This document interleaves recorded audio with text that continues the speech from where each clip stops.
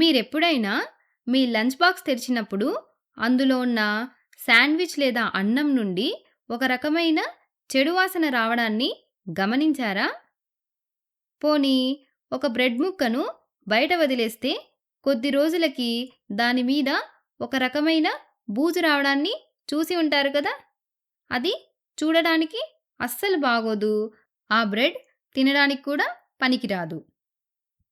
మరి ఇలా ఎందుకు జరుగుతుంది? మనం ఆహారాన్ని సరిగ్గా నిల్వ చేయనప్పుడు కంటికి కనిపించని చిన్న చిన్న సూక్ష్మజీవులు మరియు కీటకాలు, చీడలు దానిపై దాడి చేస్తాయి. దీన్నే మనం ఆహారం పాడైపోవడం లేదా ఫుడ్ స్పాయిలేజ్ అని పిలుస్తాం కదా! అయితే మనం ఆహారాన్ని ఎక్కువ కాలం తాజాగా, రుచిగా ఉంచడానికి మన దగ్గర కొన్ని అద్భుతమైన పద్ధతులున్నాయి. ఈరోజు మనం వాటి గురించి తెలుసుకుందాం. ఆహారాన్ని సురక్షితంగా ఉంచడం గురించి మాట్లాడేటప్పుడు 2 ముఖ్యమైన అంశాలు మనకు గుర్తుకు రావాలి. ఒకటి ఆహార రక్షణ, ఫుడ్ ప్రొటెక్షన్.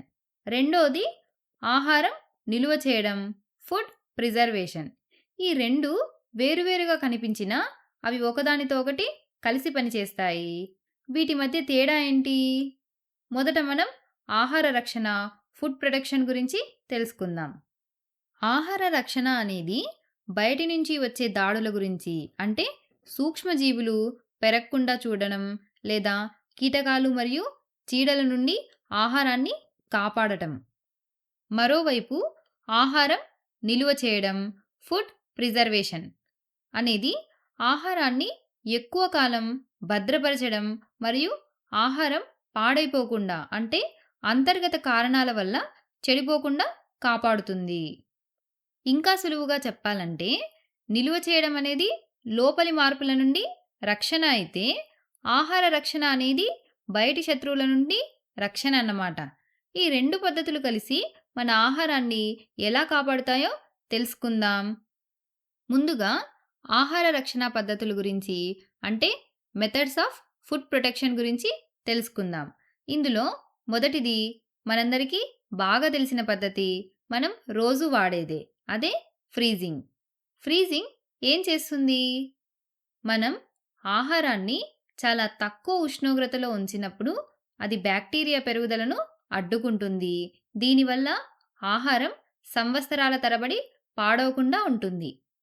మన ఇళ్లలో ఉండే రిఫ్రిజిరేటర్ చేసే పని ఇదే. ఉష్ణోగ్రత -16 డిగ్రీల సెల్సియస్ కంటే తక్కువగా ఉంటే బ్యాక్టీరియా మరియు ఇతర సూక్ష్మజీవులు బతకలేవు. ఇవి బతకలేవు కాబట్టి మన ఆహారం మీద దాడి చేయలేవు. అందుకే ఫ్రీజింగ్ అనేది ఆహారాన్ని రక్షించడానికి వాడే అత్యంత సాధారణ పద్ధతి. ఇప్పుడు మనం రెండో పద్ధతి గురించి తెలుసుకుందాం. అది చాలా ఆసక్తికరంగా ఉంటుంది. అదే పొగబెట్టడం, స్మోకింగ్. అవును, మీరు విన్నది నిజమే. ఇదేంటి, పొగతో ఆహారాన్ని కాపాడటమా అని ఆశ్చర్యంగా ఉందా? ఇది చాలా పాత పద్ధతి. ముఖ్యంగా తీర ప్రాంతాలలో చేపలను నిల్వ చేయడానికి పొగబెట్టడం సర్వసాధారణం. దీనిని తంపట వేయడం అని కూడా అంటారు. మాంసం, చేపలు మరియు జున్ను వంటి వాటిని ఈ పద్ధతిలోనే భద్రపరుస్తారు. ఇక్కడ ఏం జరుగుతుందంటే వేడి తేమను తగ్గించడం మరియు పొగలో ఉండే రసాయనాలు ఇవన్నీ కలిసి ఆహారాన్ని చెడిపోకుండా చేస్తాయి. ఈ పొగలో ఉండే రసాయనాలు యాంటీ మైక్రోబియల్ మరియు యాంటీ ఆక్సిడెంట్ లక్షణాలను కలిగి ఉంటాయి. యాంటీ మైక్రోబియల్ అంటే సూక్ష్మజీవులను చంపేవి అని అర్థం. యాంటీ ఆక్సిడెంట్స్ ఆహారం త్వరగా పాడైపోకుండా అడ్డుకునే పదార్థాలు. వీటి గురించి మీరు ముందు ముందు వీడియోల్లో వివరంగా తెలుసుకుంటారు. ఉదాహరణకు స్క్రీన్ మీద కనిపిస్తున్న ఈ మాంసం ముక్కను చూడండి. ఇది పొగబెట్టిన మాంసపు ముక్క. ఇది కాలిపోయింది అనుకుంటున్నారా? కాదు, పొగ వల్ల అలా రంగు మారింది. అలాగే చేపల్ని కూడా పొగబెట్టడం ద్వారా నిల్వ చేస్తారు. ఇంకా చివరగా చీజ్, అంటే జున్ను, స్మోక్డ్ చీజ్ ప్రపంచవ్యాప్తంగా చాలా ఫేమస్, పైగా చాలా రుచిగా కూడా ఉంటుంది. ఇక మూడో పద్ధతి కీటకనాశనులు వాడటం. పెద్ద పెద్ద గోదాముల్లో ఆహార ధాన్యాలను నిల్వ చేసేటప్పుడు వాటిని జూట్ సంచుల్లో ఉంచుతారు.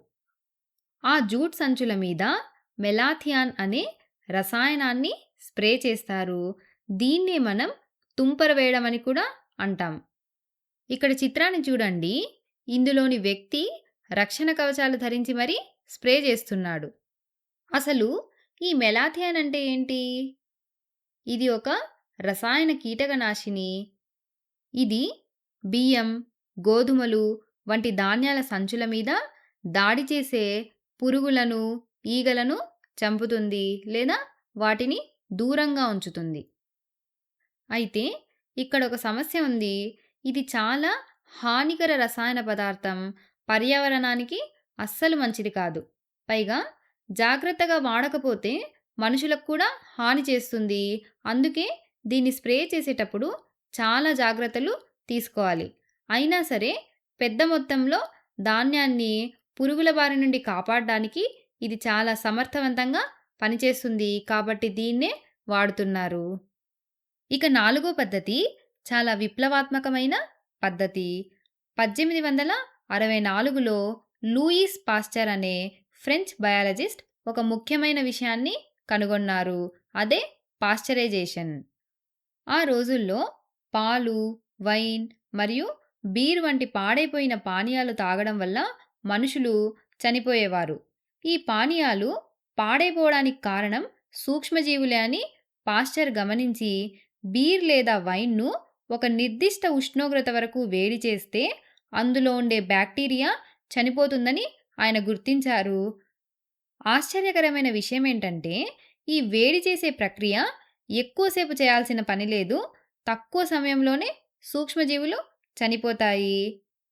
ఈ రోజుల్లో మనం వాడే పాల ప్యాకెట్ల మీద పాశ్చరైజ్డ్ మిల్క్ అని రాసి ఉండటం మీరు చూసుంటారు కదా. ఇందులో ఏం చేస్తారంటే పచ్చి పాలను సుమారు 80 డిగ్రీల ఉష్ణోగ్రత వద్ద 15 నిమిషాల పాటు వేడి చేస్తారు. ఆ వెంటనే చాలా వేగంగా దాన్ని చల్లబరుస్తారు. ఇలా ఒక్కసారిగా వేడి చేసి చల్లార్చడం వల్ల పాలలోని సూక్ష్మజీవులు చనిపోతాయి. పాలు ఎక్కువ కాలం తాజాగా ఉంటాయి. మనం రోజూ తాగే పాలు సురక్షితంగా ఉండటానికి ఇదే కారణం. ఈ వీడియోలో మనం ఏ ఏ విషయాలు తెలుసుకున్నాం?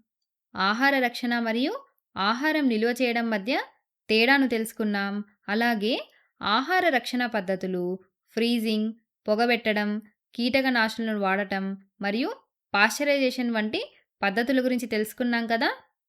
తర్వాతి వీడియోలో మనం మరికొన్ని ఆసక్తికరమైన పద్ధతులు, జడవాయువులను వాడటం, రేడియేషన్ గురించి, అలాగే ఆహారం నిల్వ చేసే వివిధ పద్ధతుల గురించి వివరంగా తెలుసుకుందాం.